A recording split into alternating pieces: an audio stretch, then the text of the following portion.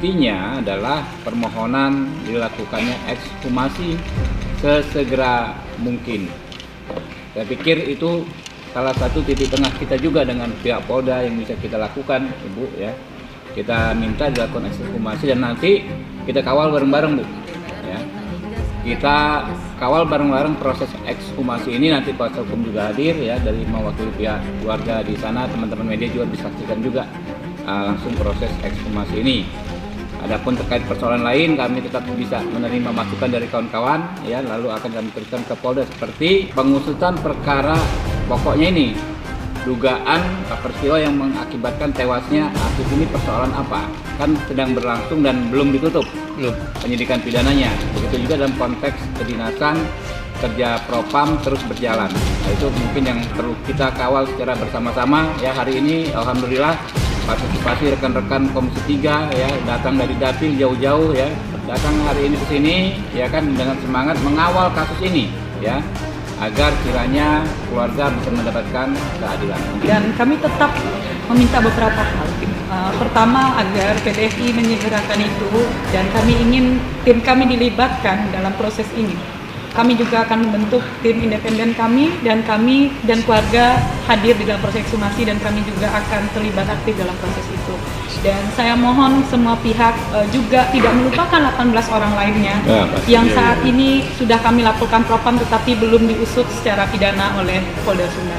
Terima kasih untuk semua, dan kami tidak ingin ada Afif-Afif lainnya di Indonesia. Cukup berhenti di kasus ini, penyiksaan terhadap anak-anak di Republik ini.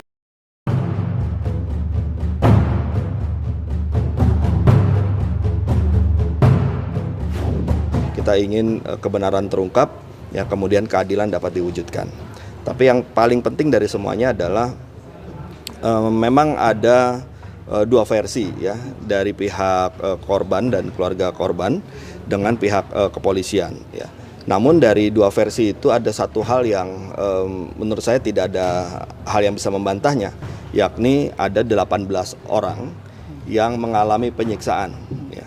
Kita cukup menyayangkan Polda Sumatera Barat ya belum melakukan hal-hal yang cukup progresif terhadap peristiwa 18 orang yang mengalami penyiksaan ini. Ya, oleh karena itu, saya ingin mendesak pihak Polda agar para pelaku dari tindak penyiksaan tersebut dilakukan pidana, ya tidak hanya soal etik saja. Saya berharap pihak Polda bisa melakukan kerja yang profesional, ya jangan hanya karena ini terkait dengan pihak kepolisian lantas bertahan dan menutupi persoalan, dan kita berharap benar-benar dilakukan upaya-upaya untuk membongkar, untuk membuka fakta kebenaran yang ada. Dan yang jelas pihak Komisi 3 akan terus mengawal.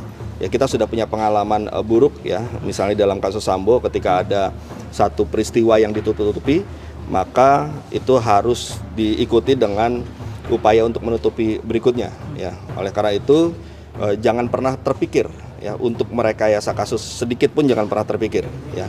Oleh karena itu kita ungkap ya kasus ini sebenar-benarnya ya. Kalau memang ada yang bersalah dinyatakan bersalah, kalau ada yang memang terjadi satu upaya yang melanggar hukum, maka harus ditindak secara hukum. Kepolisian menerbitkan surat ekshumasi seperti yang diminta keluarga korban.